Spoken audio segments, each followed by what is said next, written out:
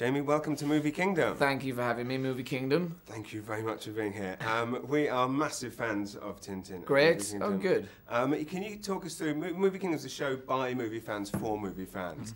Is it possible to convey in words how you felt when you were given the news that you were going to play Tintin in a film by Steven Spielberg? Well, you know, I mean, I was a massive fanboy of both of those things. You know, I first got into Tintin when I was 8. Yeah. The first film I saw in a movie theater when I was 8 was Jurassic Park.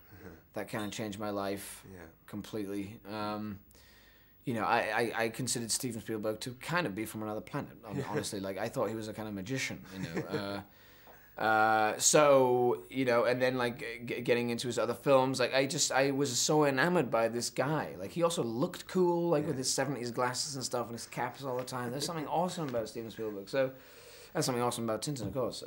So, yeah, I was blown away. Like, once I got off the phone, when I heard I was going to, you know, be able to play the part, I just, like, put a bunch of John Williams music in my ears and just, like, went to town with the Jurassic Park soundtrack or something, or the Indiana Jones soundtrack, Yeah, I was actually, when I was making the film, I was in my trailer and I was like blasting like the Raiders march. And like one of the ADs from the film like knocked on my trailer and I was like, fuck. They like to turn it down like, and stuff. It's really embarrassing, but it's cool. Were there any moments where you kind of, you know, pulled like Simon Pegg or Nick Foss or someone aside, you know, on set and just kind of went, can you believe that we're doing this? Yeah, I mean, that would happen all the time. I mean, I think like Stephen would like, you know, he'd be on set and he would say something and he would just be, you know, like he'd have his cigar in his hand or something and just be walking around. And yeah, you do kind of have to catch yourself. Like, you know, this guy is not just like a great filmmaker, not just an American icon, he's a global icon. He kind of represents entertainment, really, in many people's eyes. So, you know, it was wild. It was really wild. I'm still kind of, you know, every time, like, I just saw him the other day because we were just doing press in Belgium, in Tintin's hometown.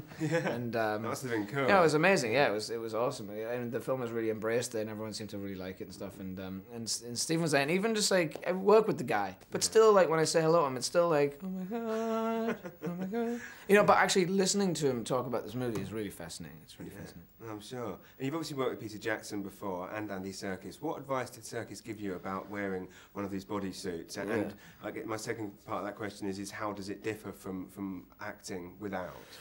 I mean, Andy didn't really give advice. He's not really that kind of an actor. He's generally like, you'll figure it out. You know, you're a good actor. You're here for a reason. You know, you'll figure it out. But for me, I always just like to kind of, with the masters of things, I usually just watch and learn. You know. To see him be such an immersive performer. I mean, he's genuinely one of the most talented people I've ever worked with. He's also someone who's really harnessed this medium and been more successful with it, I think.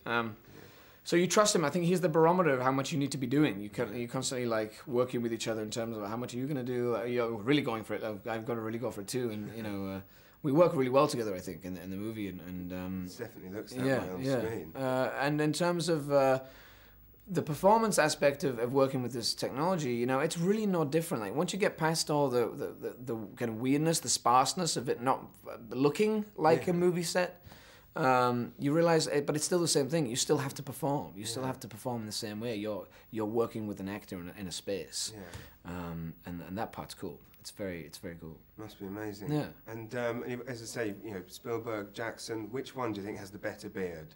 The better beard? Yeah. Well, they're kind of different beards. Yeah, they are very different. Yeah, like one is like kind of auteur like beard, and one is like a haddock beard. You know what I mean? I'm not going to say which one is which, but if you had to pick a favourite, which would you like to stroke the most? I mean, Peter's. I mean, I haven't seen Peter recently. I know like he's filming The Hobbit. Yeah. So I would imagine like he's like well down under in Middle Earth. It sounds terrible. So I'm sure he's like got some growth going on. So I'm gonna go for Peter's beard. And I just saw Stephen recently, so I think Peter's. I would imagine Peter's beard's got some growth to it. Yeah. I would definitely back that. Yeah.